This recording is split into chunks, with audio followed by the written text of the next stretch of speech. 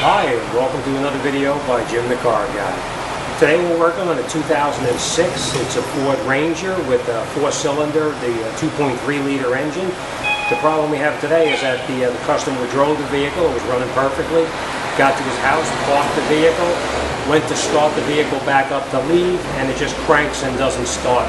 All right, let's get in there. I'm going to show you the first thing you want to check. The first thing you want to do is you want to turn your key to the on position. Turn your key on, make sure your check engine light comes on, very important. Next thing you want to do is you want to crank your engine. If it has a tachometer ready, you want to watch your RPMs to see if your computer is sensing rotation of the engine through your crank sensor. So let's check those first, and we'll go from there. All right. First thing we're going to do, and again, I'm going to point this out too, it's stupid, but you'd be surprised how many times this happened.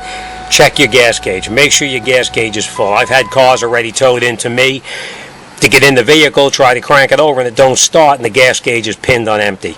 So in this case here, the gas tank is full. I have a suspicion it's going to be a fuel pump, because as anybody in the business knows, they seem to always fail when the fuel tank is full. So let's follow through our procedure first just to make sure. First thing you want to do, turn your key on.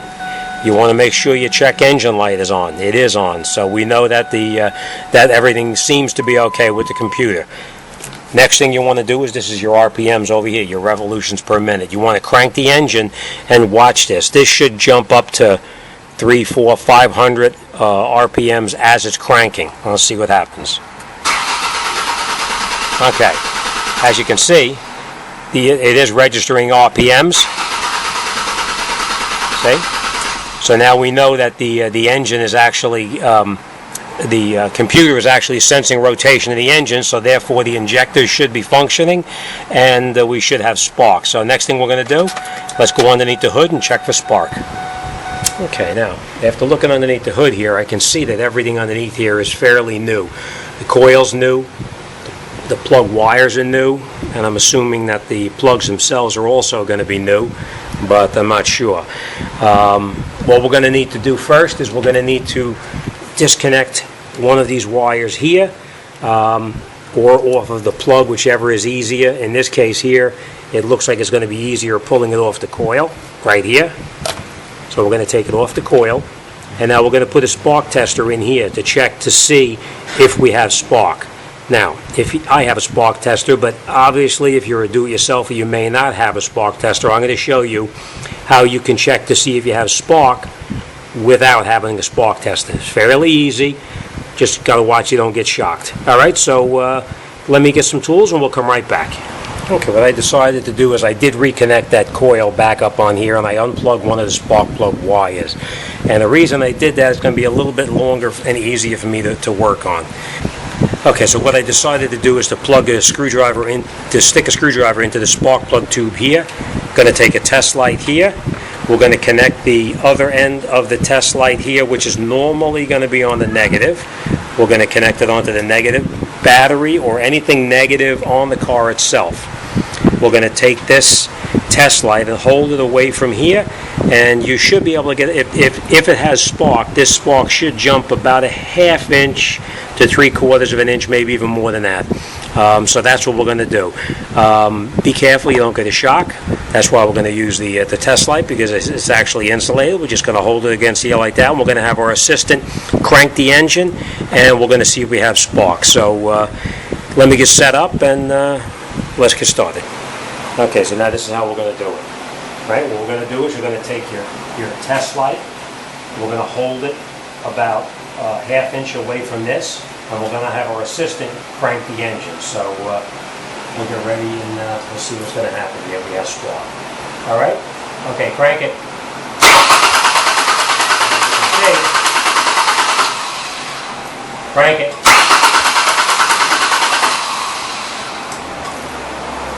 As you can see, we do have decent spark now. All right, thank you. Okay, so now, as you can see, we do have decent spark from here. So now we know that we have engine rotation, we have spark.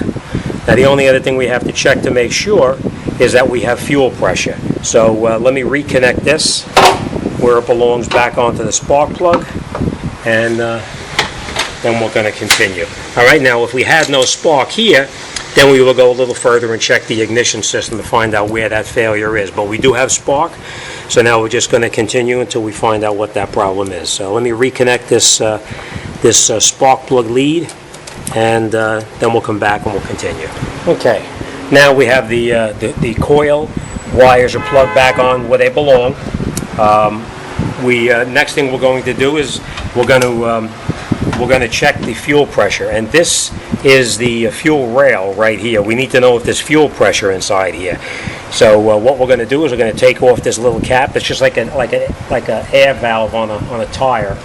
Take that cap off, and now we need a pressure gauge to check the pressure on here. I didn't look up the specs yet to see what it is, but we're gonna check that in just a minute. What I want to find out first is, do we have fuel pressure in here at all?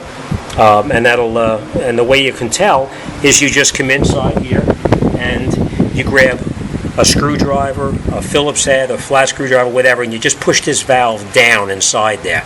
Now, before you do that, you want to go in the vehicle and you want to cycle the key. A couple of times you want to cycle the key. Just 2 or 3 times. On, off. On, and off. On, and off. Now, if there's fuel in that rail, then we know that there's another issue with it. If there's no fuel in the rail, then we know the fuel pump is most likely the culprit, and we're going to need to go underneath the truck and check the power and ground to the fuel pump to see if the pump is running. What I would always do is when you press this Schrader valve in, you have to be careful. If there is pressure in there, it's going to be significant. It's going to squirt out a couple of inches. So grab a rag, put a rag down in here so you can work, and then you push this Schrader valve in. So let me set this camera up, and let's see what it looks like. All right, so let's press this valve in and see what happens.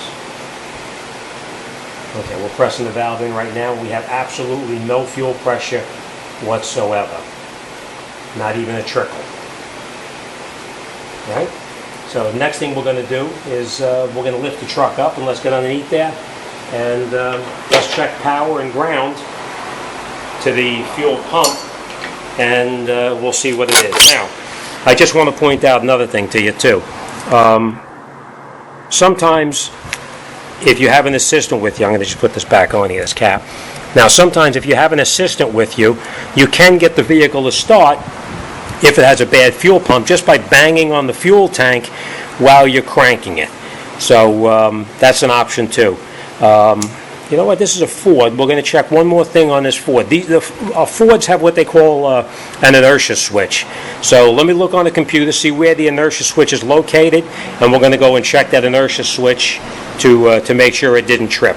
So let me check on the computer, and we'll come right back. Okay, according to my trusty computer, the inertia switch is in the right hand side, the toe board, which means it's inside the passenger compartment on the right side, down where your toes would be. So let's get in there and check that switch out. And basically what an inertia switch is if this vehicle was in a really bad accident, in the event it was hit really hard, this inertia switch would actually trip and shut the fuel pump off. So first thing we're going to do before we lift this up and take a look at the fuel pump, we're going to go inside and let's take a look at that inertia switch. The inertia switch, from what I'm recalling, it should be yellow or orange or red button on the top of it. So let's go inside the truck and let's see what it looks like. Now this is the passenger side.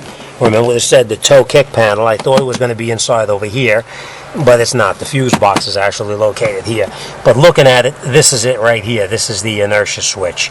So this is it here on the top. Let me just get in there.